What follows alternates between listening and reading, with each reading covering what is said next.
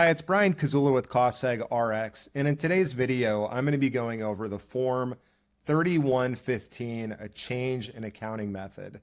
So it's very important that if you're doing a look-back study, your CPA or tax preparer files the Form 3115 at the time that you file your tax returns. So you would attach this to your tax returns. You will also want to sign and mail in a copy to the IRS in their Ogden office. So let's go ahead and take a look at the Form 3115. And what you'll see is that in my sample, I've completed most of the questions for you. And I'll just point out the ones that you have to pay attention to in this video. So the top section of the Form 3115, you need to list the name of the filer.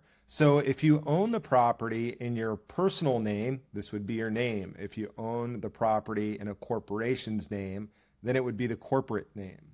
You'd also want to put in the identification number, the principal business activity code, and I do list that on the Form 3115 attachment.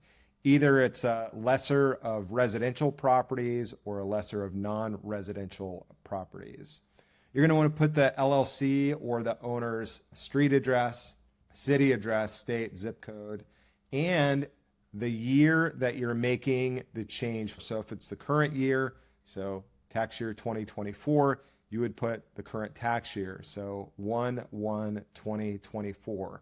That's the year that the change is going into effect. Then you want to go through and just look at some of the items that I've highlighted. If the applicant is a member of a consolidated group, check this box.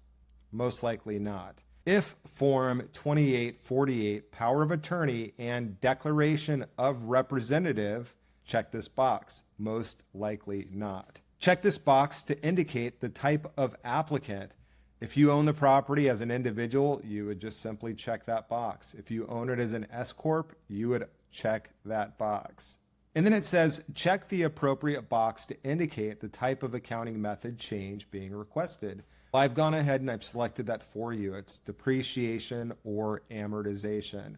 We're pulling forward missed depreciation. And then I go on to answer all the questions in the rest of the document. And then you'll see on Part 4, Question 26, you will need to input the negative 481A adjustment.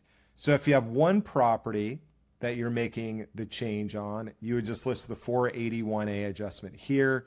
If you have multiple properties that you're including in this Form 3115, you would total them together and add them here. Keep in mind that this is the catch-up depreciation only. It's not your current year depreciation. So it's any of the missed depreciation, the 481A adjustment goes here.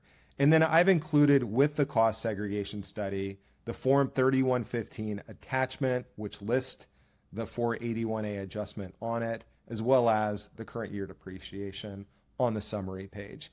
If you have any questions or if your tax preparer has any questions on the Form 3115, feel free to give me a call. I'm certainly happy to help. Thanks, and I'll talk to you soon.